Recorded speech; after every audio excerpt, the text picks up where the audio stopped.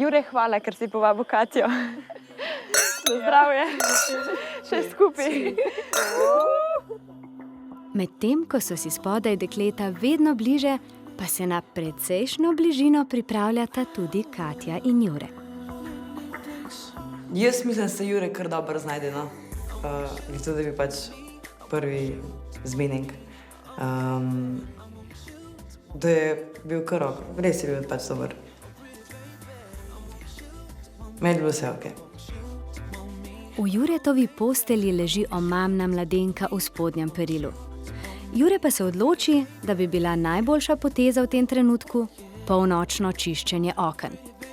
Verjamem, da Katje ni še nihče osvajal s tako privlačnim drgnenjem. Lahko bi kaj popestrila, ne? Kakšne svečke prižgala, pa tako je bilo bolj romantično.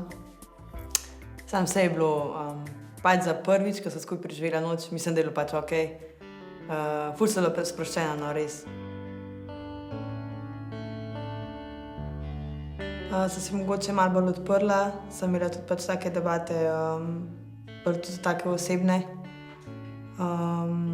kar se družine tiče in tako naprej. Tako da mislim, da je bil pač sem doživela res ful lep večer. Jaz močno upam, da Jure ve, kaj počne in da se zaveda prvič, koliko je Katja stara, koliko je razlika v letih, kaj je Jure dal skozi, kaj je Katja dala skozi. Ko Katjo zanima vse tukaj, kaj se dogaja, jaz upam, da Jure ve, kaj dela. Še enkrat hvala, Jure. Hvala, Jure. Pa na zdravje, dekleta. Se mora verjeti. Na iskrenost in na odnose. Res, na zdravje. Smo se nasmejale, smo jokale, vse smo dale čez. Ko je Katja uživala oziroma karkoli je pač počela.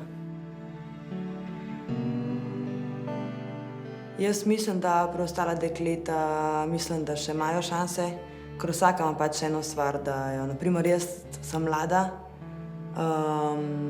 ne znam glih kuhati, naprimer, kar naprimer druge znajo.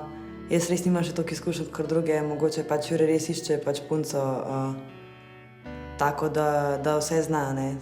Ne vem, zdaj bomo videli. Jaz v bistvu si potiho želim pač, da zmagam, ker mi je ful fajn, res.